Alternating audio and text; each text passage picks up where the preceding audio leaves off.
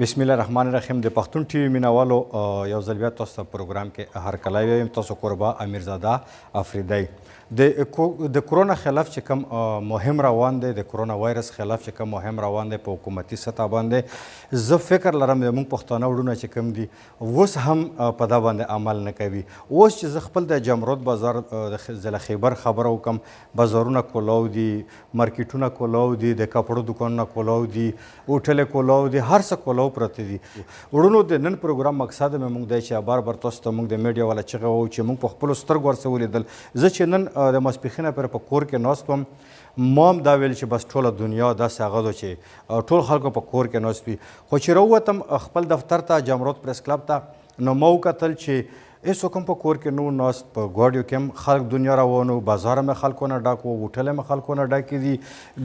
د ټولګو په شکل کې چې کوم دي په جرګو کې هم خلک ناست دي. شعور نشته. دا شعور وې څوک راولي؟ دا شعور وې زه راولم، د موږ میډیا والۍ راولي، دا وې تعلیم یافته خلک راولي. دا موږ کوشش کوو چې په عوامو کې دغه شعور راشي چې کم از کم ماسک واچوي،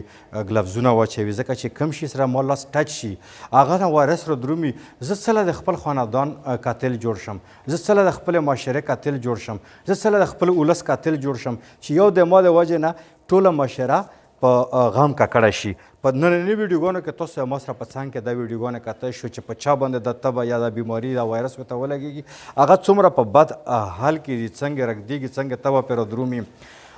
دلته یوه خبره ما ذهن له راځي چې په قبایلي سیمو کې حکومت پاکستان لخوا چې کوم دی 3G او 4G بند شوي دي، ځکه شعور هم نشته دی. که موږ هر څومره په جومات کې چغې ووهو، خو دا کرونا وایرس نه په سترګو لیدل کېږي، نه یې ستاسې سیمپل شته چې موږ یې خپل غریب او بې تعلیمه کم تعلیم والا ولس ته وښیو. که چیرې دغه 3G او 4G به هر شي، نو زه ګارنټي ورکوم چې په هر کلي کې ایجوکیټډ کسان دي، هغه په حجره کې یا په دغه رنګ ځان له کس باندې ګرځېږي ورته چې دا وایرس دي، ځکه چې سوشل میډیا په ترو باندې دغه شناخت کیدی شي. د ډاکټرانو چې کوم نصیحتونه دي، چې کوم اویرنس پروګرامونه دي د حکومتي چارواکو، دا موږ رسولی شو. قبایلي ولس یو ځل بیا د خپل حکومت نه، د خیبر پښتونخوا چې کوم وزیر اعلی دی محمود خان صاحب نه غوښتنه کړې چې په قبایلي سیمو کې 3G او 4G به حل کا، چې په کم وبا راغلي په ده کې ډېر غټ کردار ادا کولی شي د دغه په روکتام کې، په خلکو کې اویرنس. ځکه چې ما په خپله وکتل چې خلک په کورونو کې نه کیني، هله وی کیني چې کله موږ په موبایلونو کې خلکو ته ویډیوګانې وښیو چې ګوره ایټلي ته به طرف ته روان و، چاینا باندې دا قهر راغلی و، ایران روزانه پکې په سوونو خلک مړه کېږي. خو چې چاته په خپلو سترګو ویډیو نه وي ښایلي، یا داسې نصیحتونو ویډیوګانې چاته نه وي ښایلي، ډاکټرانو میسج دې نه وي رسولی، ولکه په چا باندې هم دغه اثر کوي. نو حکومت خیبر پښتونخوا چې کوم وزیر اعلی دی، که ده په قبایلي سیمو کې د 3G او 4G به حل کړل، نو زه ویله ګارنټي ورکوم چې په 2-3 ورځې کې نه وې دا کم میسج چې حکومتي چارواکي ورکوي دا به رسیږي ګوټ ته. ځکه چې په قبایلي سیمو کې نه هغه رنګې بجلي شته چې ټي وي وګوري خلک، یا نیشنل ټیویان یا انټرنیشنل ټیویان وګوري، نه پکې د اخبار رسېدل شته چې اخبار نه اویرنس واخلي. په اخبار کې هم بیا هم ګزاره کېږي، په ټي وي باندې هم ګزاره کېږي. هغه سهولت خاص هم نشته. خو الحمدلله موبایلونه په هر کلي کې موجود دي، د هر کس سره موجود دي. صرف چې دا کم 4G او 3G سیسټم یې په موږ باندې بند کړی انټرنیټ، که دا بحال شو نو بیا خو خلک په کور کې هم ورسترولی شي. اوس چې ما سره 3G او 4G په کور کې نه وي، زه څنګه ټوله ورځ په کور کې تېره کړم؟ خلک بهر عادت شوي دي. د دغه وجې نه خلک د موږ سره نږدې کارخانو مارکیټ دی، د باجوړ کې دغه حل دی، په وزیرستان کې دغه حل دی، په کورم او په اورکزو کې دغه حل دی، باډۍ والا صدر پېښور ته درومي. نو د موږ نن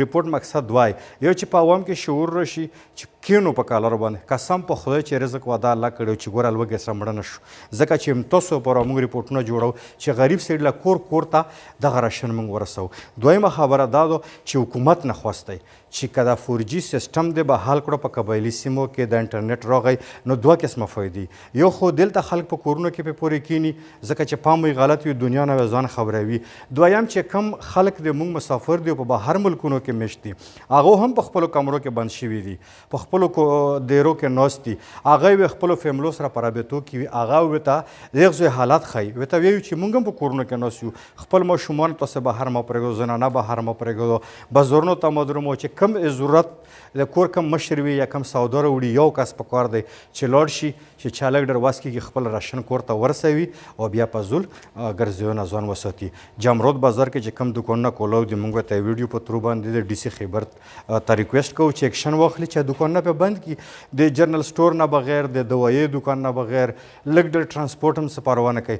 دا کوم چې عام د درزیانو دوکانونه کولاو دي یا د ګنډېرو والا کولاو دي یا فروټو والا کولاو دي یا نور کوم دغه رنګې سټورونه دي چې هغې روزانه ضرورت داسې نه وي که زه اوس فروټ ونه خورم که زه ګنډېرې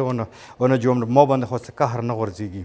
نو د ما د ریپورټ مقصد دغه دی چې په عوام کې د شعور راشي او سنجیدګۍ سره پښتانو دغه واقعه دا وبا واخلو که په سنجیدګۍ سره ونه اخیسته تروریزم یې تاسو د نسل کشي شوي او په هره تباهۍ کې که هغه دهشتګردي وي او که بله وبا وي که بله وبا وي پښتانه ځکه چې پښتون هغه پورې خبره عملي کوي نه چې په سر یې راغلی نه وي چې کومه پورې تا کور ته تا ته ځاني په خپله تا خاندان ته دغه بیماري نه وي رسېدلې هغه پورې ولکه چې په نصیحت باندې عمل کوو خو یو ځل بیا تاسو ته زه دغه ریکویسټ کوم چې د کور نه وتل ډېر کم کو او بیا خامخا سړی مجبوري وځي لکه فرض که موږ شو یا نور چې کوم هسې مزدورکاره غریبان کسان وي هغه کم از کم یو 100 روپۍ باندې دغه ټول سامان کېږي ګلابز هم کېږي